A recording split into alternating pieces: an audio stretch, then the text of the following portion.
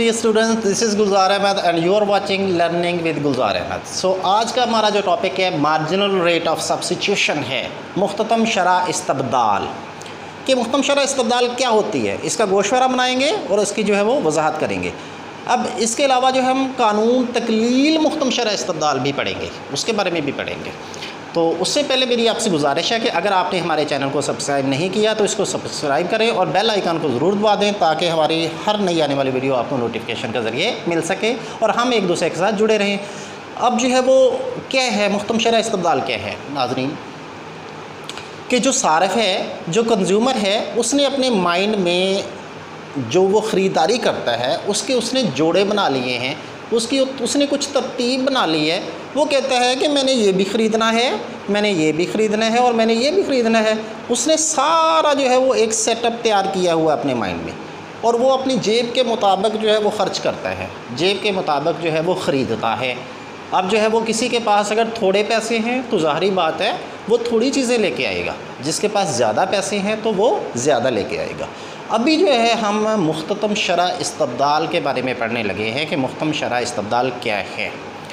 तो मुख्ततम शरह इस्तबदाल जो है वो पढ़ने से पहले इसका गोशवारा देख लें, मुख्ततम शरह इस्तबदाल जो है वो क्या है, उसके बाद इसकी डेफिनेशन जो है आपको ठीक समझ आ जाएगी कि गोशवारा क्या है। पिछले लेक्चर वाला जो गोशवारा था, इंडिफरेंस कर्व वाला जो गोशवारा था, वही हमने जो है वो लिया है। इसमें जो है वो अशिया के जोड़े हैं, ये पहला जोड़ा, दूसरा, तीसरा और चौथा। जोड़े किस पे मुश्तमिल हैं? दो अशिया पे। दो अशिया कौन सी हैं? एक आम है और दूसरा क्या है? केला है। तो आम जो है, एक आम 10 केले, दूसरा जोड़ा 2 आम और 6 केले, तीसरा जोड़ा 3 आम और 4 केले, चौथा जोड़ा 4 आम और तीसरा जोड़ा 3 आम और 3 केले, चौथा जोड़ा 4 आम और 1 केला। तो इसमें देखें मुख्ततम शरह इस्तबदाल क्या है। अब देखें कि यहाँ से यहाँ तक उसने एक आम ज़ायद लिया। अब यहाँ से यहाँ तक कितने केले छोड़े? 4। इसका मतलब है उसने 4 केले छोड़े एक आम लेने के लिए। तो आम की केलों के साथ मुख्ततम शरह इस्तबदाल क्या होगी? 4:1 की, 4:1, 4:1। अब इसी तरह जो है वो दूसरा जोड़ा जो है वो देखें, तीसरा जोड़ा देखें कि 3 आम और 3 केलों पे मुश्तमिल है। इसका मतलब है उसने एक आम ज़ायद लिया, जबकि कितने केलों से दस्तबरदार हुआ है? 3 केलों से। 6 की बजाय 3 कर रहा है। तो यहाँ पे मुख्ततम शरह इस्तबदाल क्या होगी? 3:1 की। और यहाँ से मज़ीद एक आम लेने के लिए कितने केले उसे छोड़ने पड़ रहे हैं? 2। तो यहाँ पे मुख्ततम शरह इस्तबदाल क्या होगी? 2:1 की। तो ये मुख्ततम शरह इस्तबदाल है कि जो वो किसी शय की ज़ायद अकाइयाँ लेता चला जाता है या ज़ायद अकाइयाँ इस्तेमाल करता चला जाता है, उसे लाजमी तौर पर दूसरी शय की इकाइयाँ छोड़नी पड़ेंगी। तो एक शय की ज़ायद इकाइयाँ लेने के लिए दूसरी शय की जितनी इकाइयाँ छोड़नी पड़ती हैं, इनके दरमियान तबादले की शरह को मुख्ततम शरह इस्तबदाल कहते हैं। यानी जो वो केलों को आमों में बदलता चला जाता है, उसकी मुख्ततम शरह इस्तबदाल गिर रही है। ये 4:1, 3:1, 2:1, ये जो गिर रही है इसको हम कानून तकलील मुख्ततम शरह इस्तबदाल कहते हैं। ये अगला टॉपिक है, वो हम जो है वो पढ़ते हैं।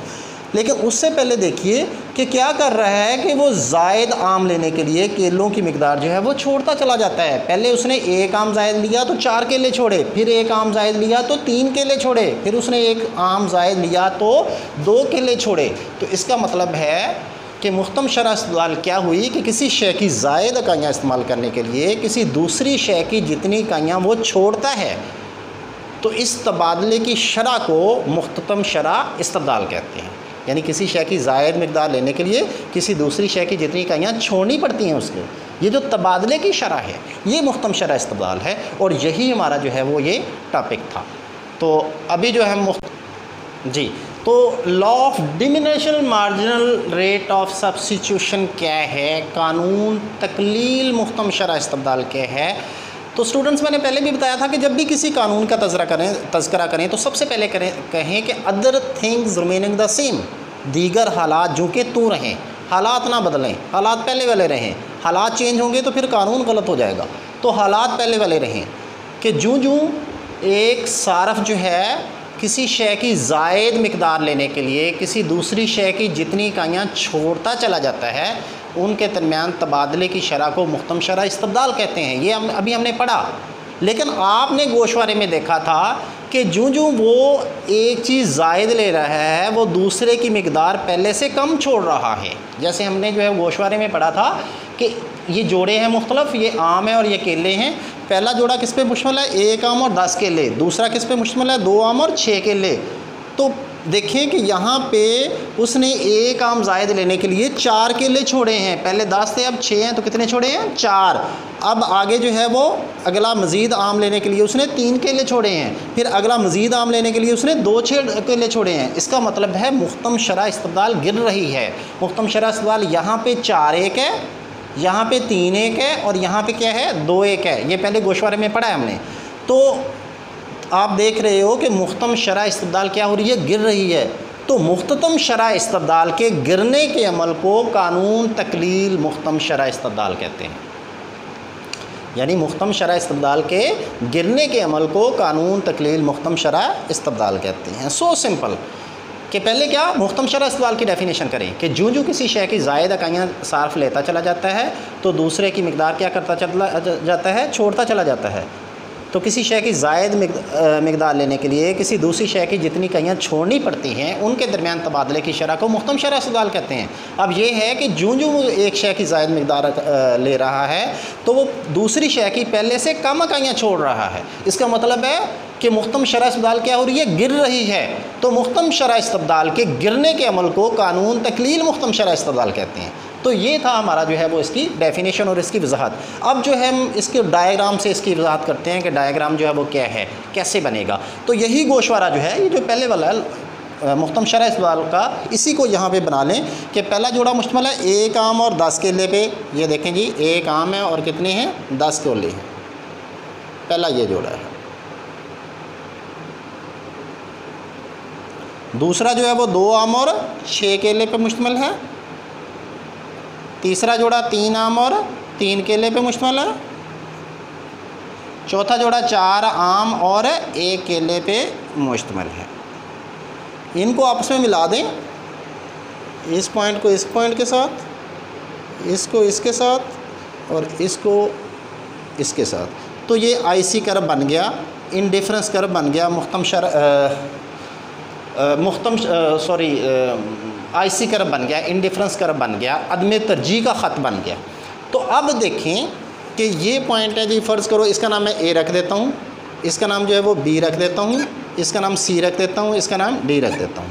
अब हमने वजाहत करनी है कानून तकलील मुख्तम शरह इस्तबदाल की, diminishing marginal rate of substitution की। तो उसमें देखें आप कि यहाँ से यहाँ तक जो है उसने कितने केले छोड़े हैं? पहले 10 थे, फिर कितने कर लिए? 4, 6 कर लिए। तो कितने छोड़े हैं? इसका नाम एस रख देता हूँ। फ़र्ज़ करो ए से एस तक उसने 4 केले छोड़े। क्यों छोड़े? एस से बी तक जो है वो 1 आम ज़ायद लेने के लिए। तो यहाँ से यहाँ 4 केले छोड़े, एस से बी तक 1 आम लेने के लिए। फिर बी से ये पॉइंट, इसका नाम जो मर्ज़ी रख लें, टी रख लेता हूँ। बी से टी जो है वो उसने कितने केले छोड़े हैं? 6 से कम करके 3 किए हैं। इसका मतलब है 3 केले छोड़े हैं। क्यों? ये टी से सी तक 1 आम ज़ायद लेने के लिए। फिर ये सी से ये पी तक जो है वो कितने केले छोड़े हैं? 3 से 1 किया, 2 छोड़े हैं। क्यों छोड़े हैं? पी से डी तक 1 आम ज़ायद लेने के लिए। तो इसमें देखें कि मुख्तम शरह इस्तबदाल गिर रही है। यहाँ से यहाँ तक कितनी है? 4-1 की रेशो है। यहाँ से यहाँ तक कितनी है? 3-1 की रेशो है। और यहाँ पे कितनी है? 2-1 की रेशो है। तो ये जो मुख्तम शरह इस्तबदाल गिर रही है, इसी गिरने के अमल को कानून तकलील मुख्तम शरह इस्तबदाल का नाम देते हैं। अब इसको देखें फार्मूले में जो है वो, अगर हम देखें कि बी नुक्ते पे मुख्तम शरह इस्तबदाल क्या है। फ़र्ज़ करो मैं बी नुक्ता पे मुख्तम शरह इस्तबदाल देखना चाहता हूँ। Marginal rate of substitution at point B, point B. फ़र्ज़ करो मैं पॉइंट बी पे मुख्तम शरह इस्तबदाल देखना चाहता हूँ, तो क्या करूँगा? A S over S B, यानी A S over S B. A S कितने छोड़े हैं उसने? 4 केले। क्यों एस बी ए का हम लेने के लिए तो 4/1 किसके बराबर आ गया 4। इसका मतलब है यहाँ पे मुख्तम शरह इस्तबदाल 4(1) है। अगर हम सी पे मालूम करना चाहते हैं marginal rate of substitution at point C, तो इसका फार्मूला फिर क्या बनेगा जी, इसका फार्मूला बनेगा B T over T C, यानी B T over T C. B T कितने केले छोड़ रहे हैं वो 3, टी सी कितने आम ले रहा है 1, तो यहाँ पे मुख्तम शरह इस्तबदाल क्या होगी 3। तो ये जो 4 के बाद 3 हो गई है, अब अगले पॉइंट पे डी पॉइंट पे 2 हो जाएगी। अब डी पॉइंट पे अगर देखें marginal rate of substitution D point पे तो क्या आएगा जी, ये C P over P D, C P over P D. तो यहाँ पे मुख्तम शरह इस्तबदाल क्या है 2(1) की, तो 2 है। तो मुख्तम शरह इस्तबदाल गिर रही है। ये जो गिरने का अमल है यही कानून तकलील मुख्तम शरह इस्तबदाल कहते हैं। तकलील कहते हैं गिरने के अमल को, तो तकलील क्या है गिरने का अमल। तो ये गिरने का अमल जो है मुख्तम शरह इस्तबदाल का, यही कानून तकलील मुख्तम शरह इस्तबदाल कहलाता है। तो जी डियर स्टूडेंट्स, मैं उम्मीद करता हूँ कि आपको जो है ये टॉपिक पसंद आया होगा, समझ भी आ गई होगी। अगर किसी किस्म की कोई क्वेरी है, कोई आपकी जो है वो एम्बिग्यूटी हो, तो आप जो है कमेंट बॉक्स में लिखिएगा, उसका इंशाल्लाह आपको जो है वो जवाब दिएगा। लाइक शेयर करना मत भूलिएगा। अल्लाह हाफिज़।